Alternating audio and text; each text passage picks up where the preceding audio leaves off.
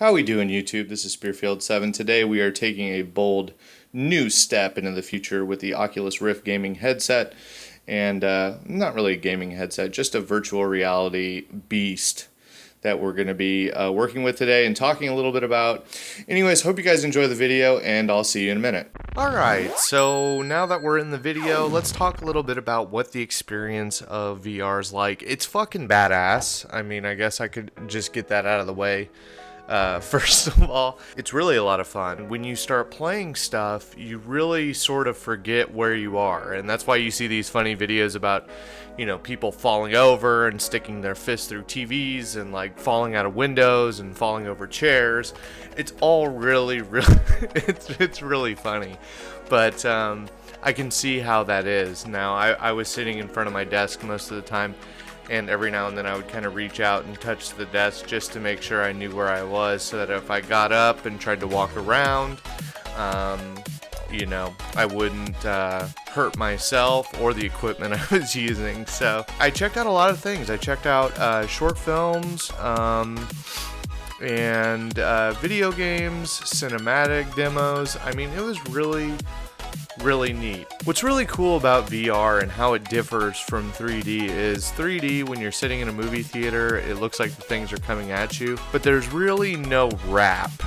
There's no sort of dimension or curve. And the cool thing with VR is your head is the camera, and so you can have things happening off to your right or left or even behind you. I mean, the picture wraps 360 degrees around your body. I was thinking about this today, and I was like, it'd be great if there were like arcades, you know, with big rooms with padded walls. You could walk around, you could bump into stuff and not like kill yourself. This experience, I tried to just keep it seated and not really get up and move around or go crazy. But once they get in the motion controls as well as the virtual reality experience, it'll feel seamless. It'll feel totally like you're there. So it was just gorgeous, awe-inspiring stuff, and honestly, it really inspired me. I am a filmmaker. That's kind of where I started out. I like telling stories, and this new format just kind of got me thinking about, you know, all the various cool things that we could do that, you know, we just couldn't do before, even in 3D motion pictures. So I think it's going to be really cool, and I'll keep you guys updated if anything ever comes to light. But honestly, I've been taking a lot of time over the past couple days, you know, making notes to myself about an idea that I've wanted to do for a while, and if it ever happens, I'll be happy to show it here on the channel. I'm not sure we're ready for the technology, not from a standpoint of what we can accomplish technologically right now, but just if we're ready for something like this, because it is startling how immersive it is and how deeply you can get sucked into what you're looking at. I mean, shit, let's just be honest here. Pornography is going to forever change with virtual reality being in every household in America. And I just think that there's so many things with like our cell phones and Facebook and all that stuff, that this could potentially be a really dangerous thing for some people, in that they become so obsessed with it, or they like it so much that they never want to leave it.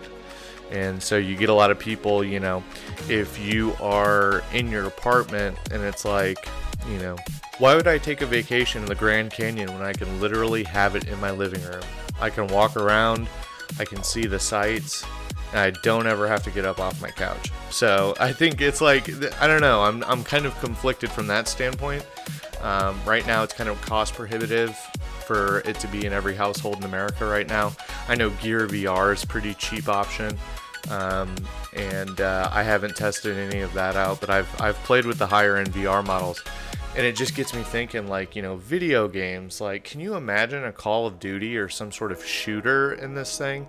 I think it would be too real. Honestly, I think it would give people heart attacks. I know a while back I was reading an article about the increase in gaming cafes in Asia, and how there was an increase in people like passing out from exhaustion because they like go into the gaming cafe and they play for like 3 or 4 days straight without any food, sleep, water, anything. and how people just, you know, they lack that certain responsibility. They really can't help themselves, and perhaps it's a mental illness or something that's undiagnosed. But it just got me thinking about VR in America, and I'm like, are we necessarily ready for this? I'd like to think that we're responsible enough to kind of enjoy things and give it a rest, but you know, something about this country is we like our excess, and we often, you know, more and more and more and more and more is not enough. You know, we're never really, our appetites for things never are really truly satisfied. So that was my only kind of qualm about all of this, but I really thought it was a really great experience. It was so cool. If you guys have any questions, leave them down in the comments below. I'm gonna have a couple more videos coming up this week. There's a new game dropping tomorrow called 7 Days to Die. It is a zombies meets Minecraft game for the PlayStation 4. I'm going to be playing that, and I'm going to post some videos and see if it's any good. But anyways, I hope you guys liked the video. If you have any questions, let me know down in the comments below. But that's all I got today. I just wanted to share the experience. I thought it was a lot of fun, and I'm really excited to see how this develops in the future for game makers and movies and all that great stuff. So until next time, this is Spearfield 7. See y'all later.